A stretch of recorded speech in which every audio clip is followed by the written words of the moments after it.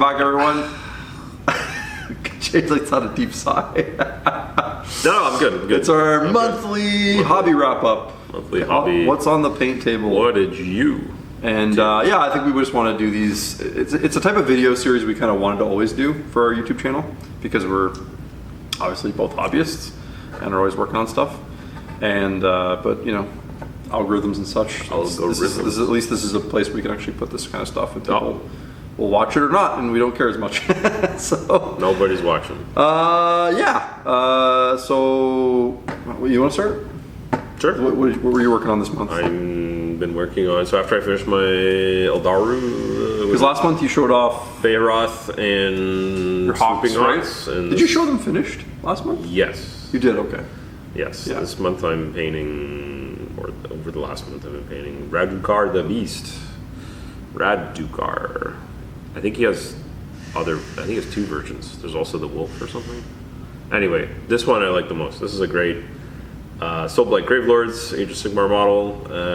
He's got his own little scene with his two weird little ghoulish guys with have kind of blobby faces right now. I love the push GW's had in the last, like, honestly 5 years or so, like with characters like this, where they started this like vignette thing. Yeah, like they started to make models more like it's awesome. It's dioramas. like a whole scene. Yeah, you don't have to be super creative at all. You just paint it. There's a bit of base. Actually, I'm annoyed that they didn't like add more stuff to the bottom. Got this great dead tree here. And now I have to add my own thing down here, and it's kind of annoying. Anyway, yeah, it's going all right. Yeah, so we went with the M&M gold. Brutal For the wacky armor. I don't know how you describe this, Baldwin, like multi-layered whatever. Yikes, this is how you describe it. Yeah, but that also means looks really good. I have to carry it on these two little idiots down here.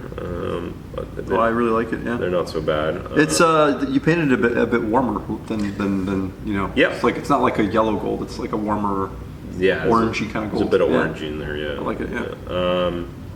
Yeah. I didn't bring the paints downstairs with me, but they are, I can probably name them. Yeah. This is, if you're curious, there's a fantastic artist, Jose Da Vinci. You probably can easily YouTube. He's an amazing painter and handsome guy, unfortunately. Handsome too, unfortunately. The guy's got it all. And he's got the name Da Vinci. It's not fair. It's not fair. Yeah. Anyway. Man, talk about having a stack. Yeah. These Spanish guys. Anyway.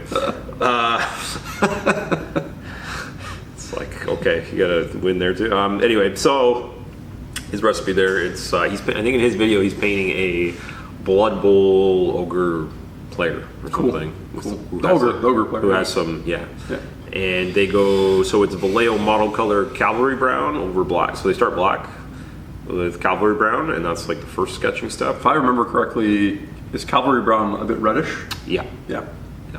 It's like a redder Rhinox side? It's not quite like a hull red. It's like darker than that, right? No, I think it's not lighter. Quite as red. I think it's lighter and not as red. Not as red. Yeah, okay. Yeah. It's kind of also like Mornfang is actually, it's like a similar tone to Mornfang, but Mornfang's more yellow. So it's like kind of there. Anyway, for those people's GW painters. And then there's a Vallejo color, a model color that's newish. It's a newish color. It's called orange brown, I think. Orange brown, yeah, great color. So then love orange brown. Then they mix the cavalry brown with the orange brown, and it's like a lot of like thin layers of that to build up, and then they move on to golden yellow, another model color. So now you're going cavalry brown mixed with orange brown, then orange brown mixed with golden yellow, then golden yellow. Then there's a few steps in the middle where you add a bit of I think you used either ink or he made like an orange glaze. I used AK deep orange and just thinned it down and made a glaze with it. Sure, that's common in a lot of the gold recipes you see is like a little bit of like the orange kind of glaze that goes into the And then they start adding ice yellow into the recipe. And I think ice yellow with a pinch of white. Is that kind of like their white? That's the extreme colors. Yeah, okay. You can see a little bit in there. Nice. Anyway, the rest of him is is he's like a lot of fur. He's got all the like wolf pelts, which is a lot of texture, and yeah, it's gone okay. I don't know if I love it. It's funny. It's funny. A model like this screams to me like this is either going to be like super easy to paint if you're like if you do like contrast paints and like metallic paints, or in Jay's case, really really annoying and hard. Because like these are the kind of textures that are to paint at a higher level quite difficult to kind of get right. You know, like it's a bit of balancing the mood. I'm trying to like get like because there's a lot of gray going on here. Like the gold pops out, so that was kind of like actually that was sort of the easier part because but I'm seeing like right off the bat, and you can correct me if I'm wrong, if this is intentional or not. But like you've got a lot of like cold blue into the gray, which is contrasting nicely with the oranges that you've got in the gold, right? Yeah. So in the skin tone, and I'll probably release it even if it's not great or not perfectly focused. I did a little time lapse of painting this like thigh. And I'm using dark sea blue or whatever that color is. Dark sea blue, dark sea gray, or dark sea green. Yeah. Those are all three. Those three colors all exist. It's like it's a dark bluish green color. And then I think I have some warm gray and some not white, maybe white. No, actually I have a bit of grim brown in there too. Jeez. So those like three are making this kind of like some parts are colder in the shadows and then some parts are warmer in the light. And then a little bit of brown to like keep some life in there anyway. So the face not bad. So you get some contrast within the actual like fur skin itself, but it also contrasts with the other elements on the model too, which is cool. And then I opted for like whitish hair and beard. I thought that would pop more. I still have a bit to go. Once I finish this like log, I think I need some colder colors in the base, to be honest. And I got to finish these two goobers. This guy's a little warmer skin tone. This guy's going to be kind of similar to the bigger guy. I got to finish the like little bit of non-metal steel elements. Luckily, I've opted to do very little of that. So we're close. I'm getting there. I'm definitely sick of painting this model by now. Well, you've definitely done the hard parts for sure. And I'm still like mucking about like over here and over here a little, but we'll get there. Hopefully, hopefully we'll have some.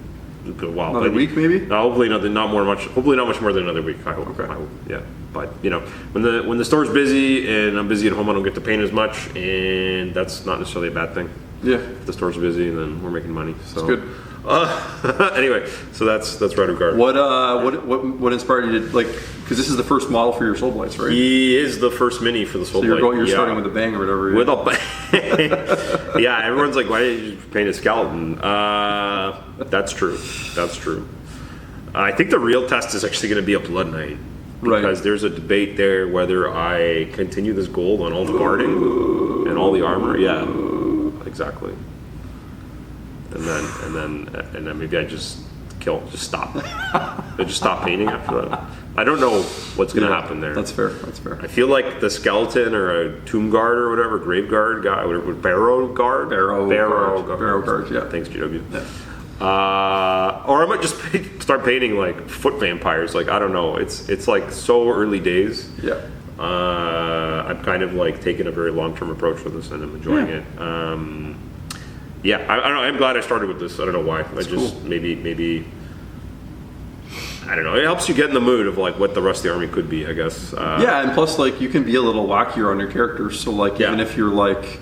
He could almost have nothing to do with the rest of the army if you wanted. Right? Like in terms of color. I could quit right now. I could stop right now. I could just put him in the cabinet. So I'm like, what? I leave him in the cabinet and be like, this was fun, and move on. Well, we'll see. There's like so many things that are coming up in the pipe that I'll tell you what likely is going to happen is I'm going to do these other projects like Horse Heresy, etc. And then come like middle of September, I'm going to go back to like maybe I'll paint my Soul Blades some more, and I'm going to be like, how did I do any of this? I don't know, I forgot it. And have to reference this video. So yeah, sweet, yeah, that's awesome. Yeah. Chris? Yeah, so I was in a bit of a hobby funk before this month. Last month I had only a couple little Marvel models to show off. And I was kind of talking about how I was going to really... the one thing I was doing was building models. I was building a ton of guard guys for Auxilia. This guy's a builder. So I'm finally trucking along now for my army here. So I said I was going to finish a bunch of infantry. So I've got... Boom. I've got 30 of these guys done as of last night. Yep.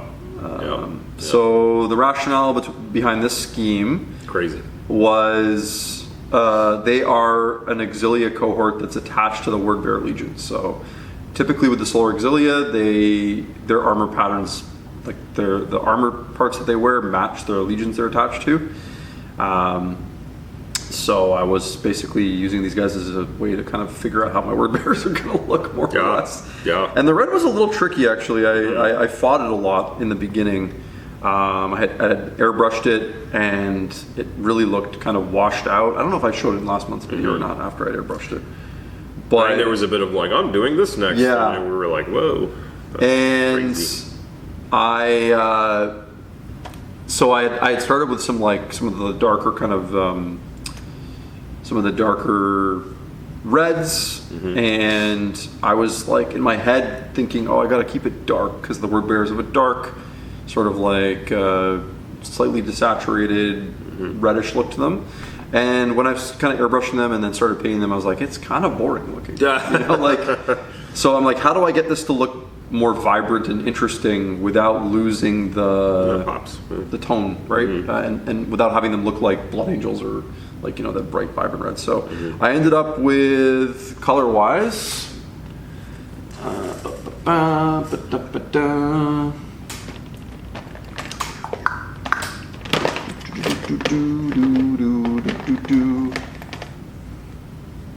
got the base tone is like this scarlety red. Yep. So a lot of colors would work for the base coat. Like if you got No. People need to know. Yeah, true. Very good. Sorry. Okay. Yeah. You can't say the colors don't matter. We had an artist say that once. People were like, It broke people a little bit. Yeah, Colors but seriously, it doesn't matter that much. But it's actually very true. Yeah. This is the color that matters the most. So the color you... Is that match red? This is carmine. Yeah, so this was the secret actually. It's got this like great... Actually, to me, it doesn't show enough on the camera. On the camera, like that looks like matte red to me, or like flat red. I thought it was flat red. Yeah, you're but right. in person, it has this stronger pink look to it. Yeah. Yes. But the camera doesn't read correctly. Yeah. So trust me, this one's the money for word bearers. Yeah. Like it's really nice, and it helps you keep that like slightly desaturated, deeper red tone. Yeah, but I mean, you can still see the scarlet red pretty prominently, right? Yeah, that's obviously like the underlayer. Yeah. And then I don't think I have. I don't know why I don't have it, but I do have it here. Sorry. The trick for the highlight was light orange, actually. So of all the colors, so I actually experimented with a couple different colors, like an icy yellow. That orange was like a flesh tone. I was looking at too. But the orange like really helped it pop actually. Without the orange, it wasn't like coming off the model enough, and it was looking kind of dull still. Yeah. So this was actually quite good. So I thinned it down a ton, and then just kind of really used it sparingly. But yeah, nice. Believe it or not, that's the percent. It looks like kind of whack, right? But like that is the palette. Believe it or not, yeah. Do you have any shade in there? Yeah. So Jay's secret weapon. Oh. Jay's new secret weapon. My new secret weapon. Payne's Gray. Payne's Gray, baby. Payne. My new favorite wash. Payne's Gray. Yeah. Thanks, thing's Pro Acro. Awesome.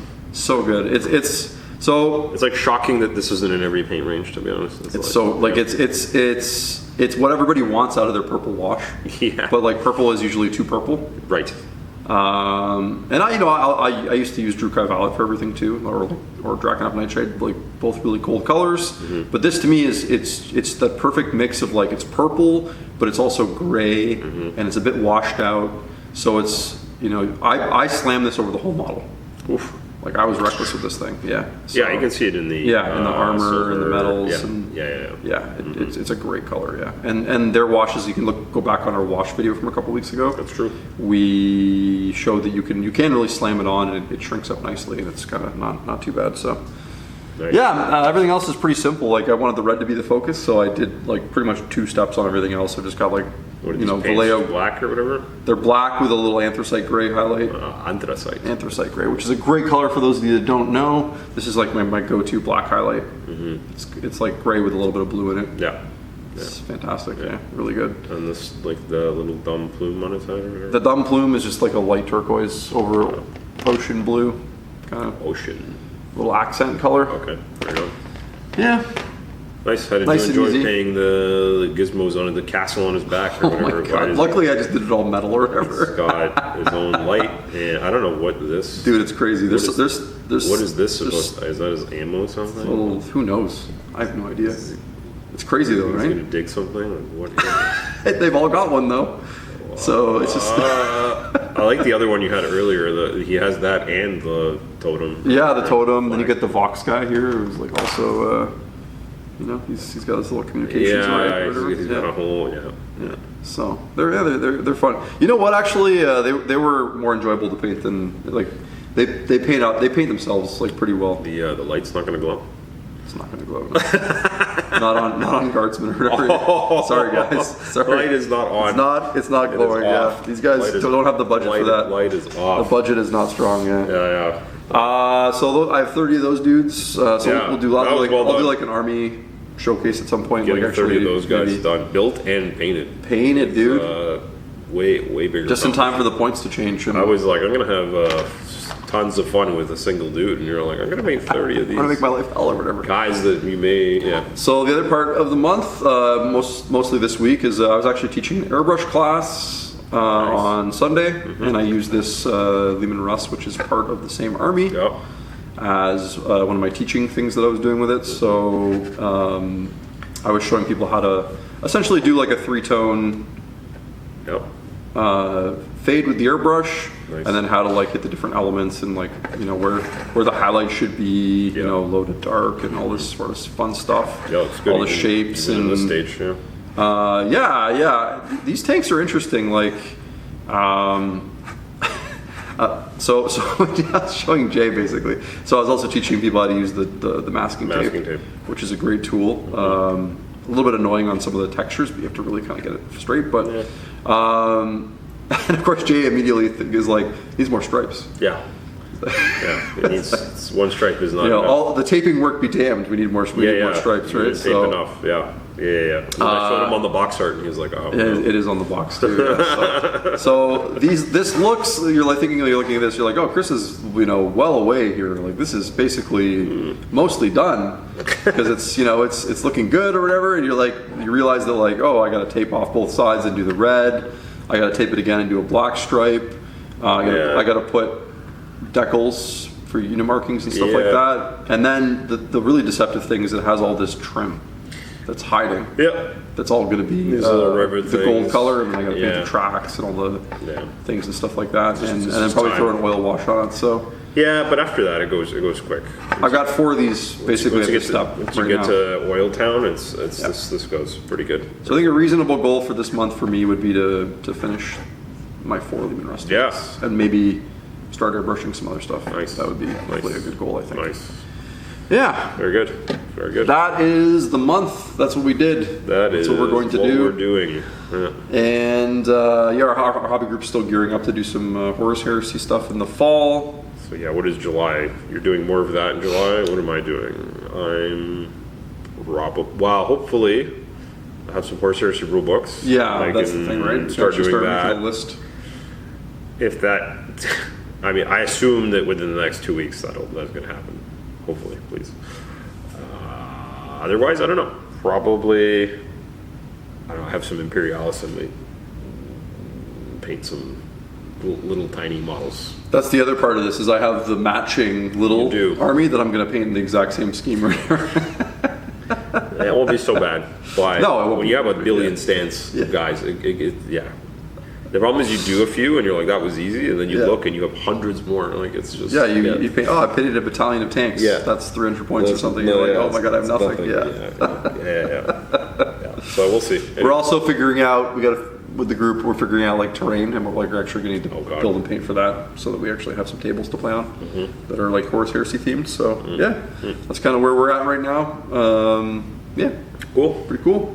What are you guys working on? Let us know in the comments. What are you painting along this summer, or do you find that like in the summer your hobby kind of dips a little bit? Maybe I know things get busy with weekends and stuff like that. I know that happens with us with the kids and everything. But no, it's good to have goals. At least like for me, at least I have that like September goal, and I always find that having that, like we've talked about this in other videos, like how to paint armies and stuff like that, is when you have a deadline. You break up your project into chunks, and then essentially you just take bites every week and month and whatever. And like I didn't even feel like I pushed that hard this month, which sounds crazy, but like I just got 30 guys done or whatever because I had to or whatever. I feel like last month you got to do a lot of the R&D. Yeah. Was occurring, and now I'm just kind of in autopilot mode or whatever. Yeah. All right. Well, thank you so much for watching. We appreciate it. You can check us out on our other channel where we do more of a sit and talk style, talking about the industry, our hobby store running experience. That's called just Lords of War Games and Hobbies. And if you want to get in touch with us, chat with us, give us some ideas for products you'd like to see reviewed, or just ideas for videos, you can check us out on Patreon, where you can become a member, and we would greatly appreciate that. Yeah. All right. Thanks. Bye.